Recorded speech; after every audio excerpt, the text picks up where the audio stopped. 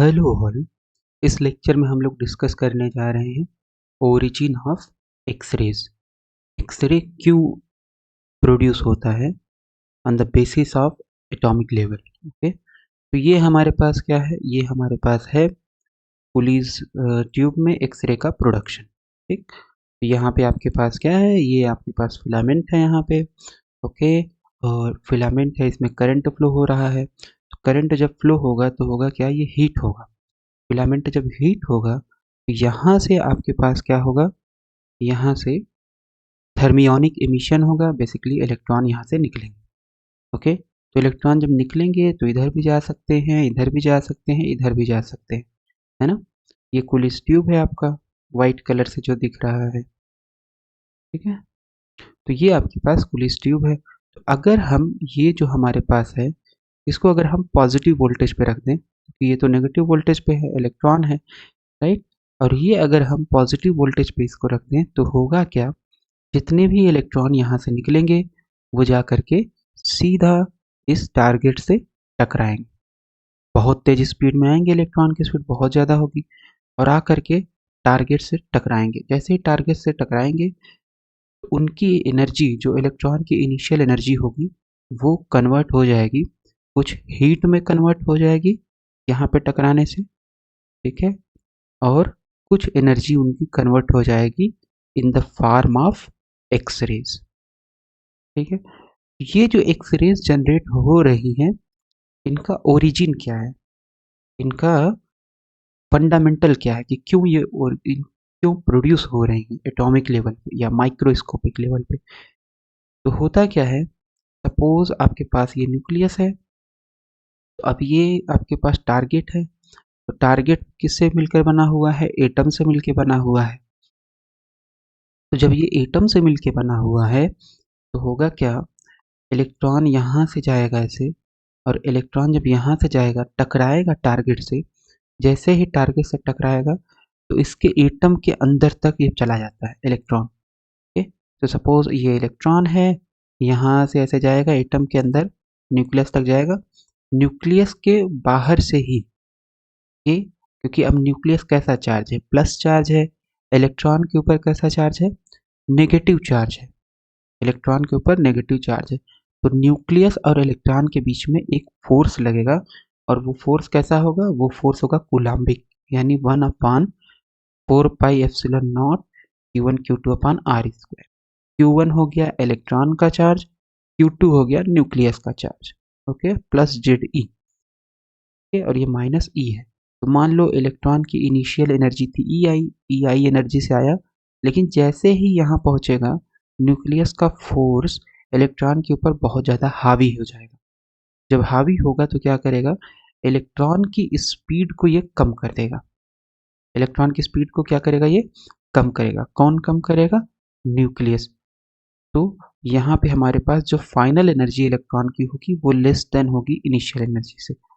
क्योंकि एनर्जी तो कंजर्व है, तो ये जो EF है का मतलब है कि यहाँ पे एनर्जी एमिट होगी इन the form of electromagnetic radiation, HNU।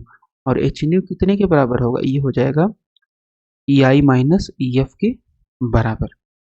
EI minus EF के बराबर होगा HNU क्या है, frequency multiplied by Planck constant, ये हो जाएगा एनर्जी ऑफ एक्सरेज। ठीक है, तो हम इसको ई एक्सरेज से भी रिप्रेजेंट कर सकते हैं। तो ये ओरिजिन है, ये क्या है, ओरिजिन है, कारण है कि आपके पास जो एक्सरेज प्रोड्यूस हो रही है कूलिस ट्यूब में, उसका ये रीज़न है। ठीक है, तो इलेक्ट्रॉन बहुत स्पीड में हो और वो, उनको क्या किया जाए, किसी तरीके से उनकी स्पीड स्लो कर दी जाए। तो इस प्रोसेस को बोला जाता है ब्रेमस्टॉर्मिंग। ब्रेमस्टॉर्मिंग बोला जाता है या ब्रेकिंग ऑफ इलेक्ट्रॉन बोला जाता है। ठीक है, यहाँ पे इलेक्ट्रॉन की स्पीड बहुत ज़्यादा है, फिर धीरे धीरे कम होती जाएगी, कम होती जाएगी, यहाँ पहुँचेगा एकदम कम होती जाएगी, और फिर ऐसे निकल जाएगा इलेक्ट्रॉन। ठीक है, okay. Electrons electrons emitted from the cathode in X-ray tube, यही कूलिस ट्यूब या एक्सरे ट्यूब आपके पास है, और इलेक्ट्रॉन यहाँ से एमिट हो रहे हैं। ठीक है, तो ये कैथोड हो गया, और ये टारगेट जो ए है ये क्या है आपका एनोड है। Electrons emitted from the cathode in X-ray tube are accelerated towards the target nucleus। तो ये जो टारगेट है इसके ये एटम से मिलकर बना हुआ है, तो इस टारगेट के न्यूक्लियस की तरफ ये एक्सेलरेट होंगे इलेक्ट्रॉन। क्यों एक्सेलरेट होंगे? क्योंकि न्यूक्लियस के ऊपर पॉजिटिव चार्ज है, इलेक्ट्रॉन के ऊपर नेगेटिव चार्ज है, तो न्यूक्लियस इलेक्ट्रॉन को अपनी तरफ आकर्षित करेगा। Accelerated towards the target nucleus strike it penetrate, यानी टारगेट से स्ट्राइक करेगा, penetrate deep into the interior of its atom, target के एटम के अंदर तक जाएगा electron of its atoms and are attracted by the nuclei due to strong electrostatic interaction. तो वही चीज़ है कि आपके पास टारगेट है, टारगेट का जो एटम है उसके अंदर तक इलेक्ट्रॉन चला जाएगा। क्यों जाएगा? क्योंकि न्यूक्लियस जो होगा, यानी टारगेट का एटम्स का न्यूक्लियस, जितने भी न्यूक्लियाई हैं वो सभी इलेक्ट्रॉन को, क्योंकि एक इलेक्ट्रॉन की तो बात है नहीं, बहुत ढेर सारे इलेक्ट्रॉन निकल रहे हैं डिफरेंट डिफरेंट एनर्जी के। तो कुछ हो सकता है यहाँ से ऐसे चले जाएं, कुछ हो सकता है यहाँ से ऐसे चले जाएं, है ना, क्योंकि यहाँ तो बहुत बहुत ज़्यादा इलेक्ट्रॉन निकल रहे हैं। कुछ हो सकता है बहुत ढेर सारे न्यूक्लियर, यहाँ पे एटम भी मिलियंस ऑफ बिलियंस ऑफ है, और यहाँ पे इलेक्ट्रॉन्स की संख्या भी बहुत ज़्यादा है। तो ये होगा क्या कि कुछ इलेक्ट्रॉन न्यूक्लियस से कुछ इलेक्ट्रॉन इस तरीके से जाएंगे, यहाँ पे डिफरेंट फ्रीक्वेंसी का एक्सरे जनरेट होगा। फिर कुछ इलेक्ट्रॉन थोड़ा दूर जाएंगे, फिर यहाँ डिफरेंट फ्रीक्वेंसी का जनरेट होगा। कुछ होगा एकदम ही दूर से जाएंगे तो और कम फ्रीक्वेंसी का जनरेट होगा। ओके, तो जितना कम इंटरेक्ट करेगा इलेक्ट्रॉन न्यूक्लियस के साथ, उतना ही कम फ्रीक्वेंसी का आपके पास एक्सरे जनरेट होगा। ठीक है, the deviation of electron from its original path result the emission of X-ray photons. तो यहाँ पे जो इलेक्ट्रॉन का ओरिजिनल पाथ क्या है, ये है। तो इलेक्ट्रॉन अगर ये न्यूक्लियस नहीं होता तो इलेक्ट्रॉन सीधा ऐसे अपनी सामान्य वेलोसिटी से सीधा ऐसे निकल जाए, लेकिन न्यूक्लियस की वजह से इसका पाथ चेंज हो जाएगा, और जब पाथ चेंज होगा तो इसका मतलब है कि इसकी एनर्जी कम हो जाएगी। फाइनल एनर्जी जो इलेक्ट्रॉन की है EF, वो लेस देन होगी इनिशियल एनर्जी से। Deviation of electron from its original path result the emission of X-ray photons. तो ये एक्सरे का काज है, राइट। एच न्यू यानी frequency multiplied by Planck constant, ये दे देगा एक्सरे की एनर्जी। तो एक्सरे की जो एनर्जी होगी एच न्यू, वो क्या हो जाएगी, initial energy of electron minus final energy of electron.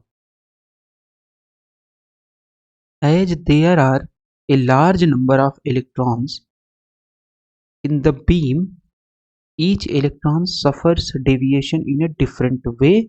We get photons of almost all frequencies. This produces a continuous X-ray spectrum. ये क्या कहना चाह रहे हैं? ये बेसिकली ये कह रहे हैं कि ऐसा तो है नहीं कि सारे इलेक्ट्रॉन की एनर्जी यहाँ सेम है, ऐसा तो नहीं है। कुछ इलेक्ट्रॉन मान लो यहाँ से निकले तो उनकी यहाँ पे जाके टकराएंगे, कुछ यहाँ से निकलेंगे यहाँ जाकर टकराएंगे, कुछ सीधा चले जाएंगे, कुछ एकदम नीचे टकराएंगे। तो इसका मतलब है कि जो इलेक्ट्रॉन है उनकी सभी की एनर्जी डिफरेंट डिफरेंट है। जब इलेक्ट्रॉन की एनर्जी डिफरेंट है तो EI डिफरेंट हो गया। EF किसके ऊपर डिपेंड करेगा कि इलेक्ट्रॉन कितना न्यूक्लियस के पास से या दूर से होकर के जा रहा है। जितना न्यूक्लियस के पास से होके जाएगा उसकी एनर्जी उतनी ही कम होगी इलेक्ट्रॉन की, और जितना दूर से जाएगा उसकी इलेक्ट्रॉन की एनर्जी उतनी ही ज़्यादा होगी। कहने का मतलब ये है कि इलेक्ट्रॉन कितना न्यूक्लियस से इंटरेक्ट करेगा, इस बात पे आपका डिपेंड करेगा कि जो एक्सरे की एनर्जी होगी वो क्या होगी। अगर इलेक्ट्रॉन इससे ज़्यादा इंटरेक्ट करेगा न्यूक्लियस से, किसके न्यूक्लियस से, टारगेट के न्यूक्लियस से, टारगेट एटम से मिलकर के बना हुआ है, तो इसमें बहुत ढेर सारे एटम्स हैं। इलेक्ट्रॉन यहाँ से गया और टारगेट का जो उसके अंदर पेनिट्रेट कर गया। तो एटम के अंदर जैसे पेनिट्रेट करेगा तो एटम के अंदर तो न्यूक्लियस होता है, तो न्यूक्लियस इलेक्ट्रॉन को अपनी ओर आकर्षित करेगा और इलेक्ट्रॉन का पाथ इनिशियली इस डायरेक्शन में था, ट्रैक्शन के कारण ऐसे चेंज हो जाएगा, और जैसे ही चेंज होगा ये ब्रेमस्टॉलिंग होगा। ब्रेमस्टॉलिंग में यहाँ पे आपके पास एक एक्सरे फोटोन जनरेट होगा। तो अब क्योंकि आपके पास यहाँ पे EI भी डिफरेंट है, सभी इलेक्ट्रॉन का इनिशियल एनर्जी डिफरेंट होगा।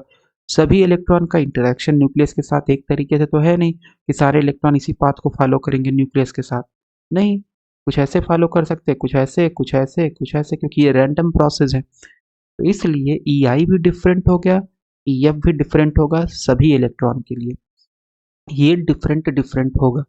इसका मतलब है कि जो एक्सरेज की एनर्जी होगी वो भी डिफरेंट होगी। एक्सरेज की एनर्जी क्या होगी? डिफरेंट होगी, यानी कंटिन्यूअस होगी। सभी रेंज में आपको एक्सरेज मिलेगा 0.1 एंगस्ट्रॉम से लेकर के 100 एंगस्ट्रॉम के बीच में, ये होता है एक्सरेज का वेवलेंथ, राइट।